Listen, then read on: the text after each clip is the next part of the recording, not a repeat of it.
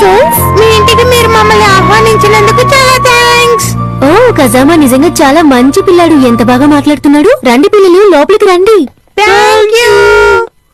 అరే షిన్చాన్ ఎక్కడా? తను తర్వాత వస్తానని చెప్పాడు. ఏంటి, తను కూడా వస్తున్నాడా? లోపలికి రండి పిల్లలు. రండి రండి అమ్మ నాన్న కన్నా బుజ్జి పిల్లలు, మీ వల్ల ఉంట సందడేనండి.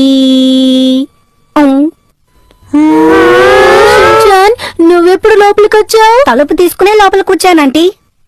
నేను ఇక్కడికొచ్చి 10 నిమిషాలు పైగా అయ్యింది. మీరు లోపల ఏం చేస్తూ ఉన్నారు?